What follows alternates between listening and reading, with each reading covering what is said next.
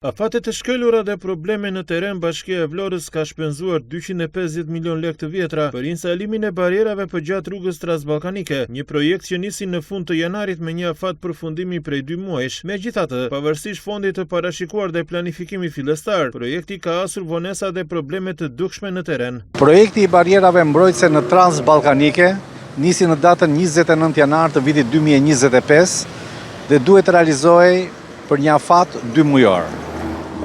Ky projekt i realizuar nga firma e ndërtimit FLED dhe e projektuar nga BN Project deri tani nuk ka përfunduar. Jemi në 17 maj dhe vazhdohet ende të punohet për vendosjen e barierave mbrojtëse në transballkanike.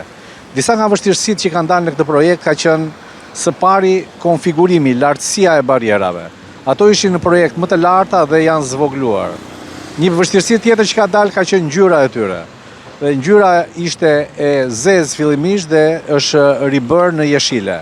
Problemi tjetër që ka dalë është bllokimi i trafikut në transballkanike që e ka detyruar kompaninë që të punojë me segmente të shkurtra për të lejuar që trafiku të ishte sa më i lirshëm.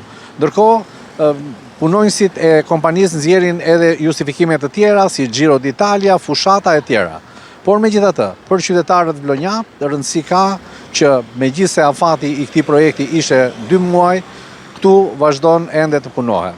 Mendohet, sipas asaj që ne biseduam në terren, që në fund të këtij muaji ky projekt do të marrë fund. Në disa segmente të rrugës, bariera është instaluar pjesërisht duke krijuar hapësira të paplota dhe të pasigurta për këmbësorët dhe drejtuesit e automjeteve. Në veçanti një pjesë e transballkanikës paraqet rrezik për kalimtarët, pasi barierat janë të hapura dhe mungojnë vijat e bardha për kalimtarët. Një nga pikat më problematike të këtij projekti është dhe kjo ku ndodhemi pikërisht tani, ku është hapur bariera, njerëzit mund të kalojnë, por megjithatë bashkia nuk ka bërë ende vizimet.